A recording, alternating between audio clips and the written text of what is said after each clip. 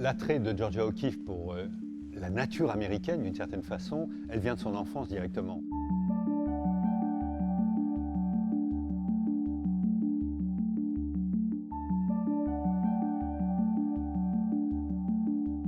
C'est une fille qui a grandi dans une ferme dans le Midwest américain. Et là, elle a été confrontée à un spectacle infini, celui des plaines infinies du Midwest américain.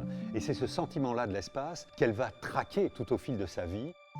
La grande originalité de Georgia O'Keeffe, c'est qu'elle ne doit rien à la tradition française qui est en train de s'imposer comme modèle. Elle vient d'ailleurs.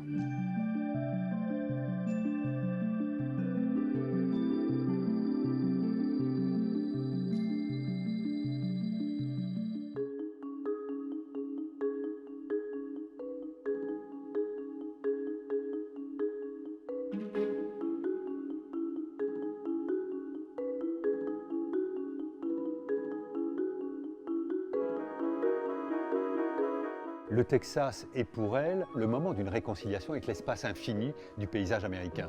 Et elle parle de cette espèce d'océan de plaines qui vont lui inspirer ses premiers dessins réellement mystiques.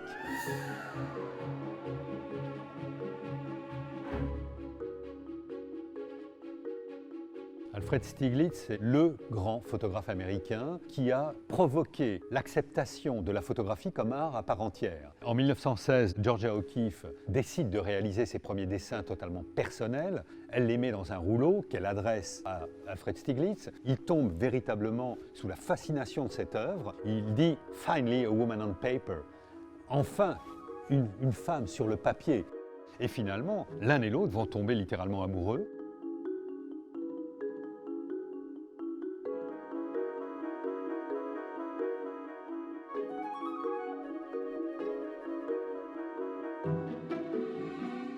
Georgia O'Keeffe s'installe à New York et ça conduira à leur mariage en 1924.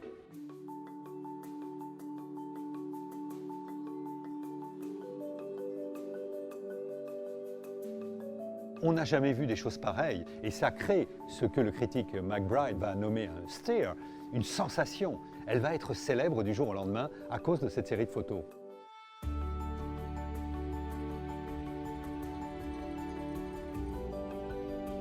On voit bien là comment la fleur est tout de suite investie d'une signification presque sexuelle, il n'y a pas de doute. Elle s'intéresse au cœur de la fleur, à ses pistils, à ses pétales, exactement au centre de la fleur.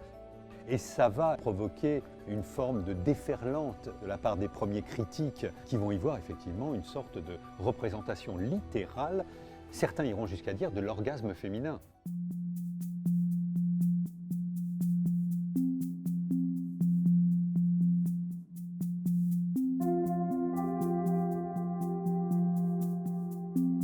Elle va trouver un site isolé au milieu du désert, un espace qui s'appelle Ghost Ranch, un ranch fantôme. Ça va devenir sa maison dans les années 30.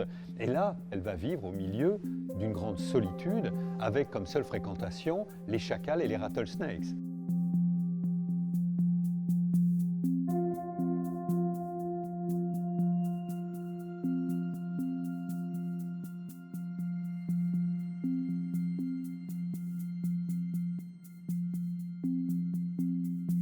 C'est au fond le même intérêt qu'elle avait porté aux fleurs et aux plantes, c'est-à-dire des formes du vivant qui relèvent, même si c'est fossilisé, de la croissance du vivant.